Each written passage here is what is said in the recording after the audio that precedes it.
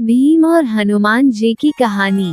महाभारत की लड़ाई और इसके किरदारों के बारे में तो हम सब जानते ही हैं। हमें बचपन से ही महाभारत ग्रंथ के बारे में पढ़ाया गया है। इस ग्रंथ में एक ऐसा किरदार था जिसके बारे में लोग आज भी बातें करते हैं।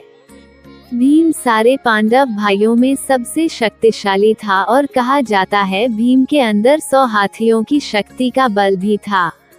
लेकिन कभी कभी ये वरदान किसी ना किसी इंसान को घमंडी बना ही देता है। ऐसा ही एक किस्सा भीम के साथ हुआ था, जिसके बारे में बहुत ही कम लोग जानते हैं। एक समय की बात है जब भीम जंगल से गुजर रहे थे। उस दौरान भीम पांडवों को मिली लज्जा से काफी गुस्सैल किस्म के बन गए थे। उस समय वन से गुजरते हुए उन्हें रास्ते में एक वानर दिखाई दिया जो उनके रास्ते को रोककर लेटा हुआ था। उस वानर को बीच रास्ते में लेटा देख भीम को गुस्सा आ गया, क्योंकि उससे पहले कभी किसी ने भीम का रास्ता नहीं रोका था। उस वानर को बीच रास्ते में पूंछ फैलाए देख भीम ने उससे अपनी पूंछ हटाने को कहा, लेकिन उस वानर ने ये कहते हुए पूंछ हटाने से इनकार कर दिया कि वह बूढ़ा है और खुद पूंछ नहीं हटा सकता। भीम को अपनी शक्ति पर काफी घमंड था, लेकिन वो लाख कोशिशों के बाद भी उस वानर की पूंछ को अपनी जगह से हिला तक नहीं पाया।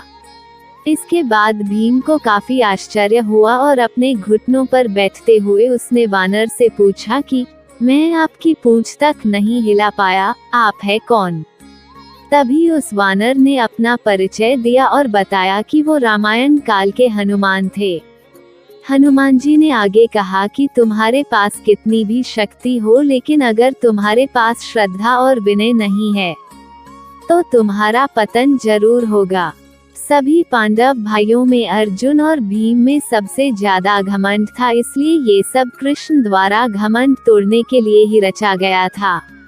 भीम की तरह अर्जुन को भी यही लगता था कि उसे कोई नहीं हरा सकता।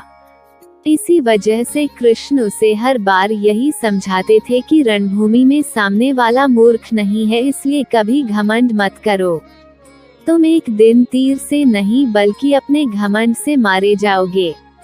इसी वजह से ये दोनों परिस्थितियां इस प्रकार से प्रस्तुत की गई ताकि कलयुग में लोग घमंड से दूर रहें।